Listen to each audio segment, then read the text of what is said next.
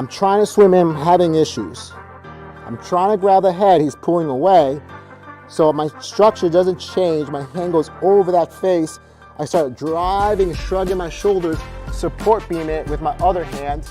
Now I need to start looking to create more space, so I open my body to the side, creating a lot of tension on that shoulder and on that connection. And if he continues to hold on tight, we're gonna let that energy by collapsing this frame, by anchoring my arm down and throwing a straight forward thrust elbow.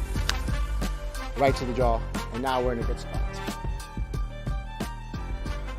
Hey, this is Dan Chacon from 6th Place Muay Thai in Denver, Colorado. I'm here with Eli. We're going to talk about clinching, more the Muay Thai approach of things. So whenever you get your hands on somebody in Muay Thai clinching, or just any natural clinching, structure, balance, and positioning. Structure, balance, and positions. Those are the priorities when you're entangling with somebody. So we're going to start off from a hard position, a really bad spot, from the collar tie. Double collar position goes back to those three strong principles: structure, balance, and being know what position I'm in. So ideally what I'm trying to do is always try to have fumble in, get my hands inside, but let's assume here it's a little difficult. He's doing his job and stopping those motions. So I'm going to shoot my arm that's closest to his head over the shoulder by his ear. And I'm trying to get as much grip on the ear or maybe the neck as possible. I'm trying to drive my shoulder and chest. As I'm doing this, you're going to notice my feet just slightly move off to the angle to create some form of collapse. I'm driving my shoulder forward, driving my chest. I want to make a connection with both hands. This hand is going to be ideally looking to connect, stay connected, or even fight for the position. So my hand goes immediately in, and now I collect a lock. With this lock, it's going to be a palm-to-palm lock. I keep my chest tight, not letting him go. If this hand becomes trouble, I can also frame that arm out. So now we're in a good spot. From here, we're looking to start kneeing, and now we're in the dominant spot. Kneeing, off balancing them, kneeing, and continue our attacks.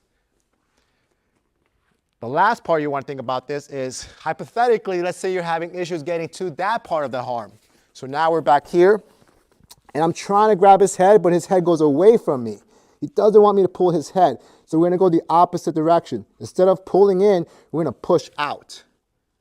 When I push out, I want to make sure that hand goes right across the jaw, right over even his mouth. The other arm is going to be a support system. So hand goes right over that wrist. And this is the part that's really important. Shrug your shoulders and extend your arms. Lastly, if they're holding on, if they don't want to let go for whatever reason, I want to open my body. So I'm going to open my body to you guys. This way. Cherry on top, let's add some damage. So my hand here is protecting me to the inside. I'm going to collapse this anchor down to an elbow. One more time. So I'm trying to swim in, I'm having issues. I'm trying to grab the head, he's pulling away. So my structure doesn't change, my hand goes over that face. I start driving, shrugging my shoulders, support beam it with my other hand. Now I need to start looking to create more space, so I open my body to the side, creating a lot of tension on that shoulder and on that connection. And if he continues to hold on tight, we're going to let that energy by collapsing this frame, by anchoring my arm down and throwing a straight forward thrust elbow.